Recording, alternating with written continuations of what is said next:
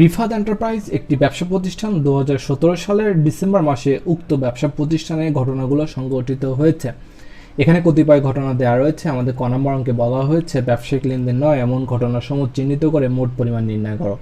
তো এটি সলিউশন করার জন্য আমরা একটি ছক অঙ্কন করেছি, কারণ হিসাব বিজ্ঞানের অধিকাংশ অঙ্ক সলিউশন করার জন্য ছক অঙ্কন করার প্রয়োজন হয়।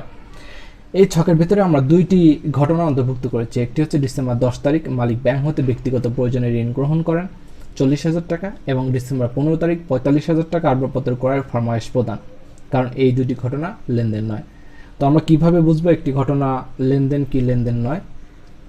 লেনদেনের কতিপয় বৈশিষ্ট্য রয়েছে।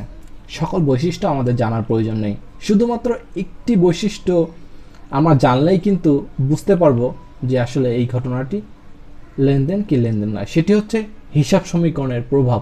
অর্থাৎ একটি ঘটনা লেনদেন হতে হলে অবশ্যই সেই ঘটনাটিকে হিসাব সমীকরণে প্রভাব বিস্তার করবে। এইটি দ্বারা আমরা সকল ঘটনা বিশ্লেষণ করতে পারবো।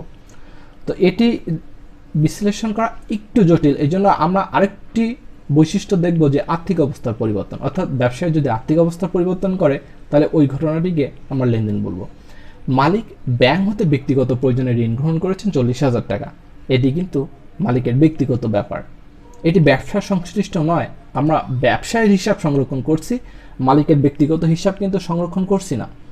তাহলে যেহেতু মালিক ব্যাংক হতে ব্যক্তিগত প্রয়োজনে ঋণ গ্রহণ করেছে, মালিকের আর্থিক অবস্থার পরিবর্তন করেছে, কিন্তু ব্যবসার আর্থিক অবস্থার কোনো পরিবর্তন হয় নাই, সুতরাং এটি লেনদেন নয়। পরবর্তীতে ডিসেম্বর 15 তারিখে বলা হয়েছে আসবাবপত্র ক্রয়ের ফরমায়েশ প্রদান।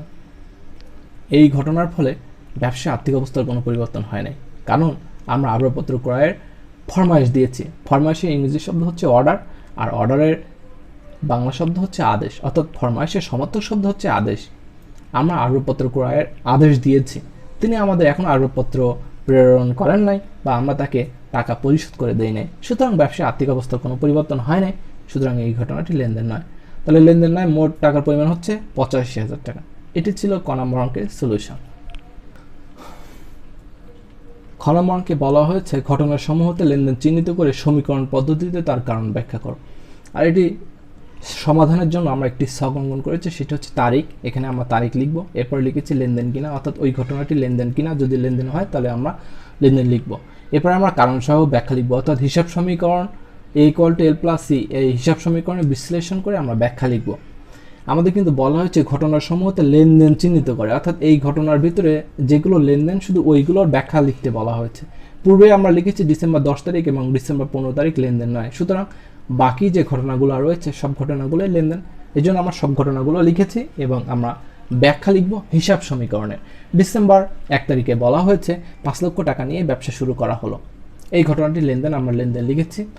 এই ঘটনার মাধ্যমে ব্যবসায় নগদ টাকার সম্পদ বৃদ্ধি পেয়েছে এবং এই 5 লক্ষ টাকা মালিক ব্যবসা প্রতিষ্ঠানে সরবরাহ করেছে, অর্থাৎ মালিকের মূলধন বৃদ্ধি পেয়েছে এবং মূলধন বৃদ্ধি পেলে মালিকানা সত্ত্ব বেড়ে যায়। তো এটির ব্যাখ্যা আমরা লিখেছি এই ঘটনার ফলে ব্যবসায় নগদান হিসাব সম্পদ বৃদ্ধি এবং মূলধন হিসাব মালিকানা সত্ত্ব বৃদ্ধি পেয়েছে।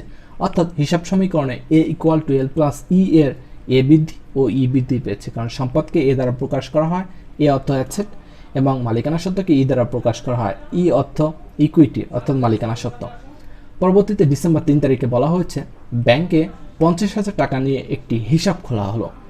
অর্থাৎ ব্যবসা প্রতিষ্ঠান থেকে নগদ টাকা নিয়ে ব্যাংকে হিসাব খোলা হয়েছে। তাহলে আমাদের ব্যাংকে 50,000 টাকা জমা হয়েছে, ব্যাংকের সম্পদ বৃদ্ধি পেয়েছে, ব্যবসা প্রতিষ্ঠানের নগদ টাকার সম্পদ হ্রাস পেয়েছে। এই ঘটনাটির ব্যাখ্যা লিখেছি আমরা, এই ঘটনার ফলে ব্যবসায় ব্যাংক হিসাব সম্পদ বৃদ্ধি এবং নগদান হিসাব সম্পদ হ্রাস পেয়েছে। অর্থাৎ হিসাব সমীকরণে A=L+E এর এ বৃদ্ধি ও এ হ্রাস পেয়েছে। পরবর্তীতে ডিসেম্বর 5 তারিখে বলা হচ্ছে ধারে পণ্য ক্রয়। ধারে পণ্য ক্রয় করা হলে ব্যবসা প্রতিষ্ঠানের দায় বৃদ্ধি পায়, ধারে অর্থ বাকিতে, এবং পণ্য ক্রয় করলে ব্যবসা প্রতিষ্ঠানের ব্যয় বৃদ্ধি। এই ঘটনার ফলে ব্যবসায় ক্রয় হিসাব ব্যয় বৃদ্ধি এবং পাওনাদার হিসাব দায় বৃদ্ধি পেয়েছে। অর্থাৎ হিসাব সমীকরণে A=L+E এর ই হ্রাস ও এল বৃদ্ধি পেয়েছে, অর্থাৎ দায়কে এল দ্বারা প্রকাশ করা হয়। পরবর্তীতে ডিসেম্বর 7 তারিখে বলা হচ্ছে নগদে পণ্য বিক্রয়। এই ঘটনার ফলে ব্যবসা প্রতিষ্ঠানে নগদ টাকা আসছে, অর্থাৎ নগদান হিসাব সম্পদ বৃদ্ধি পেয়েছে এবং বিক্রয় করলে আয় হয়, আয় বৃদ্ধি পেলে মালিকানা সত্ত্ব বেড়ে যায়। আমরা ব্যাখ্যা লিখেছি এই ঘটনার ফলে ব্যবসায় নগদান হিসাব সম্পদ বৃদ্ধি এবং বিক্রয় হিসাব আয় বৃদ্ধি পেয়েছে। অর্থাৎ হিসাব সমীকরণে a = l প্লাস ই এর a বৃদ্ধি ও ই বৃদ্ধি পেয়েছে, অর্থাৎ বিক্রয় করলে আয় বৃদ্ধি পায়, আয় বৃদ্ধি পেলে মালিকানা সত্ত্ব বৃদ্ধি পায়, এই জন্য আমরা লিখেছি ই বৃদ্ধি পেয়েছে। পরবর্তীতে 20 তারিখে বলা হয়েছে পাওনাদারকে পরিশোধ 15,000 টাকা। এই ঘটনাটিও লেনদেন, আমরা লিখেছি লেনদেন। এবং পাওনাদারকে যখন পরিশোধ করছি তখন ব্যবসা প্রতিষ্ঠানের দায় হ্রাস পাচ্ছে এবং ব্যবসা প্রতিষ্ঠান থেকে নগদ টাকার সম্পদ কমে যাচ্ছে। তো এটার ব্যাখ্যা আমরা এভাবে লিখেছি, এই ঘটনার ফলে ব্যবসায় পাওনাদার হিসাব দায় হ্রাস এবং নগদান হিসাব সম্পদ হ্রাস পেয়েছে, অর্থাৎ হিসাব সমীকরণে a = l প্লাস ই এর l হ্রাস ও a হ্রাস পেয়েছে। এটি ছিল সমীকরণ পদ্ধতিতে কারণ সহ ব্যাখ্যা। এটি আধুনিক পদ্ধতিতে কারণ সহ ব্যাখ্যা। আমাদের গাইড বইগুলোতে বিভিন্ন ধরনের ব্যাখ্যা দেওয়া রয়েছে, আমরা এই ব্যাখ্যাটি দেওয়ার চেষ্টা করব, কারণ সকল ইন্টারমিডিয়েট বইগুলোতে এই ব্যাখ্যা দেওয়া হয়েছে। গ নম্বর অঙ্কে বলা হয়েছে হিসাব সমীকরণের উপর লেনদেনের প্রভাব দেখাও। আর এই অঙ্কটি সলিউশন করার জন্য আমাদের একটি ছক অঙ্কন করার প্রয়োজন হয়, এবং এই ছক অঙ্কন করার পূর্বে আমাদের প্রথম করণীয় হচ্ছে সকল লেনদেনগুলো খুব ভালোভাবে পড়ে নেওয়া, কারণ সকল লেনদেনগুলো পড়ে আমাদের সম্পদ দায়গুলো ফাইন্ড আউট করাই হচ্ছে আমাদের প্রথম কাজ। আমরা ডিসেম্বর 1 তারিখে একটু পড়ি। ডিসেম্বর 1 তারিখে বলা হয়েছে 5 লক্ষ টাকা নিয়ে ব্যবসা শুরু করা হলো। এই ঘটনার মধ্যে দুইটি হিসাব খাত রয়েছে। আমরা জানি প্রত্যেকটি লেনদেনের মধ্যে দুটি হিসাব খাত রয়েছে, যেটি হিসাবের দ্বৈত সত্তায় বলা হয়েছে। তো এই ঘটনার মধ্যে দুইটি হিসাব খাত হচ্ছে, একটি হচ্ছে নগদান হিসাব এবং অপরটি হচ্ছে মূলধন হিসাব। তো আমরা একটি সম্পদ পেয়েছি, একটি হচ্ছে নগদান হিসাব, কারণ আমাদের কাজ হচ্ছে সকল লেনদেনগুলো পড়ে সম্পদ এবং দায়গুলো ফাইন্ড আউট করা। একটি বিষয় খেয়াল রাখতে হবে, আমরা একই শ্রেণীর সম্পদ আমরা বারবার নিতে পারবো না। আমরা ভিন্ন ভিন্ন শ্রেণীর সম্পদ এবং ভিন্ন ভিন্ন শ্রেণীর দায় এই ঘটনাগুলোর মধ্যে কয়টি রয়েছে সেটি আমাদের প্রথমে শনাক্ত করাই হচ্ছে কাজ। তো এখানে আমরা একটি সম্পদ পেয়েছি, সেটি হচ্ছে নগদান হিসাব। পরবর্তীতে ডিসেম্বর 3 তারিখে বলা হচ্ছে ব্যাংকে 50,000 টাকা নিয়ে একটি হিসাব খোলা হলো। এই ঘটনার ভিতরে দুইটি হিসাব খাত রয়েছে, একটি হচ্ছে ব্যাংক হিসাব এবং অপরটি হচ্ছে নগদান হিসাব। তো আমরা এখান থেকে শুধুমাত্র নিব ব্যাংক হিসাব, কারণ আমরা পূর্বে নগদান হিসাব নিয়েছি। পরবর্তীতে বলা হয়েছে ডিসেম্বর 5 তারিখ ধারে পণ্য ক্রয় 25,000 টাকা। এই ঘটনার দ্বারা ব্যবসা প্রতিষ্ঠানের ব্যয় বৃদ্ধি পেয়েছে এবং দায় বৃদ্ধি পেয়েছে। এখানে দুইটি হিসাব খাত রয়েছে, একটি হচ্ছে ক্রয় হিসাব এবং পাওনাদার হিসাব। আমরা একটি দায় পেয়েছি, সেটি হচ্ছে পাওনাদার হিসাব। পরবর্তীতে ডিসেম্বর 7 তারিখে বলা হয়েছে নগদে পণ্য বিক্রয়। এই ঘটনার ভেতরে দুইটি হিসাব খাত রয়েছে, একটি হচ্ছে নগদান হিসাব এবং অপরটি হচ্ছে বিক্রয় হিসাব। আমরা নগদান হিসাব পূর্বে একবার নিয়েছি, সুতরাং আমরা নিতে পারবো না। ডিসেম্বর 10 তারিখ লেনদেন নয়, ডিসেম্বর 15 তারিখও লেনদেন নয়, সুতরাং এটি হিসাব সমীকরণে বিশ্লেষণ করা সম্ভব নয়। ডিসেম্বর 20 তারিখ পাওনাদারকে পরিশোধ 15,000 টাকা। এই ঘটনার ভিতরে দুটি হিসাব খাত রয়েছে, একটি হচ্ছে পাওনাদার এবং অপরটি হচ্ছে নগদান হিসাব। আমরা পূর্বেই দুটি নিয়ে ফেলেছি, এজন্য আমরা নিতে পারবো না। আমাদের পূর্বেই বলা হয়েছে যে একই শ্রেণীর সম্পদ দায় আমরা বারবার নিতে পারবো না, আমাদের ভিন্ন ভিন্ন শ্রেণীর সম্পদ এবং দায় ফাইন্ড আউট করতে হবে।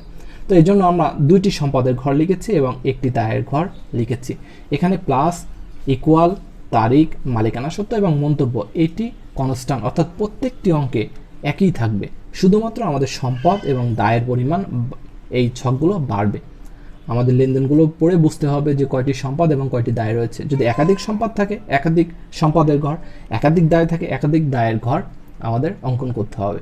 এখানে একটি দায়, এই জন্য আমরা একটি দায় লিখেছি। যদি একের অধিক দায় থাকতো তাহলে আমরা একের অধিক দায়ের ঘর তৈরি করতাম।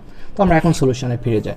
ডিসেম্বর 1 তারিখে বলা হয়েছে 5 লক্ষ টাকা নিয়ে ব্যবসা শুরু করা হলো। তাহলে ব্যবসা প্রতিষ্ঠানে নগদ টাকা 5 লক্ষ টাকা বৃদ্ধি পাচ্ছে, আমরা নগদের ঘরে লিখব 5 লক্ষ টাকা।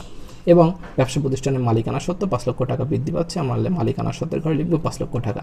আমরা এখানে লিখব মূলধন আনয়ন।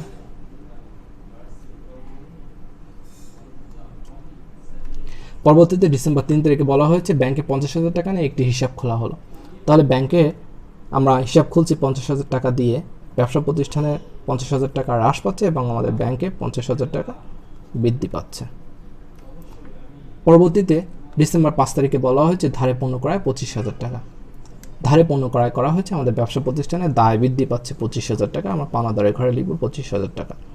এবং 25,000 টাকা আমাদের মালিকানা সত্ত্ব হ্রাস পাচ্ছে, কারণ পণ্য ক্রয় করলে ব্যয় হয়, ব্যয় বৃদ্ধি পেলে মালিকানা সত্ত্ব হ্রাস পায়, আমরা মন্তব্যের ঘরে লিখব ব্যয়। ডিসেম্বর 7 তারিখে বলা হয়েছে নগদে পণ্য বিক্রয় 45,000 টাকা।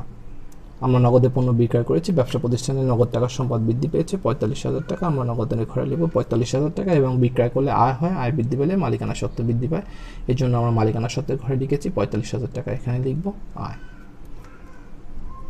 এটা 45,000 টাকা। পরবর্তীতে 10 তারিখ এবং 15 তারিখ লেনদেন হয়। ডিসেম্বর 20 তারিখে বলা হয়েছে পাওনাদারকে পরিশোধ 15,000 টাকা। পাওনাদারকে পরিশোধ করেছে, আমাদের ব্যবসা প্রতিষ্ঠান থেকে নগদ টাকা হ্রাস পেয়েছে, আমরা নগদানের ঘর থেকে মাইনাস করব এবং 15,000 টাকা দায় আমাদের ব্যবসা প্রতিষ্ঠান থেকে কমে যাচ্ছে, আমরা পাওনাদারের ঘর থেকে মাইনাস করে দেব।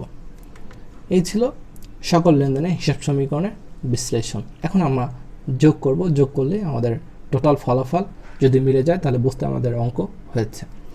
এটি যদি আমরা যোগ করি তাহলে এর ফলাফল হচ্ছে উদ্বৃত্ত 4,80,000 টাকা, এটি হচ্ছে 50,000 টাকা, এখানে হচ্ছে 10,000 টাকা এবং এখানে হচ্ছে 5,20,000 টাকা। এটি আমরা যোগ করলে 5,30,000 টাকা। ক্লোজ করে দিব। এখানে আমরা যোগ করলে 5,30,000 টাকা।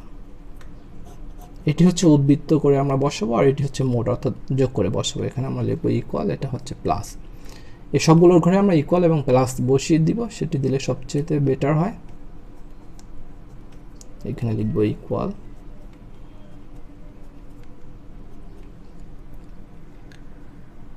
এখন একটি বিষয় অবশ্যই খেয়াল করতে হবে, সেটি হচ্ছে যে আমরা মন্তব্যে কিন্তু সকল ঘরে মন্তব্য লিখি নাই। যে সমস্ত লেনদেনগুলো মালিকানা সত্ত্বে প্রভাব তৈরি করেছে শুধুমাত্র ওই সমস্ত লেনদেনের আমরা মন্তব্য লিখেছি। যেমন 5 তারিখে ব্যয় হয়েছে, মালিকানা সত্ত্ব হ্রাস পেয়েছে, এই জন্য আমরা মন্তব্য লিখেছি। 1 তারিখে মূলধন আনয়ন করছে, মালিকানা সত্ত্ব বৃদ্ধি পেয়েছে, আমরা মন্তব্য লিখেছি। 7 তারিখে বিক্রয় করা হয়েছে, আয় বৃদ্ধি পেয়েছে, মালিকানা সত্ত্ব বৃদ্ধি পেয়েছে, আমরা মন্তব্য লিখেছি। আর বাকি লেনদেনগুলো মালিকানা সত্ত্বে কোনো প্রভাব তৈরি করি না, এই জন্য আমরা কোনো মন্তব্য লিখি নাই। এই বিষয়টি অবশ্যই আমাদের খেয়াল রাখতে হবে। এটি ছিল আমাদের গ নম্বর অঙ্কের সলিউশন।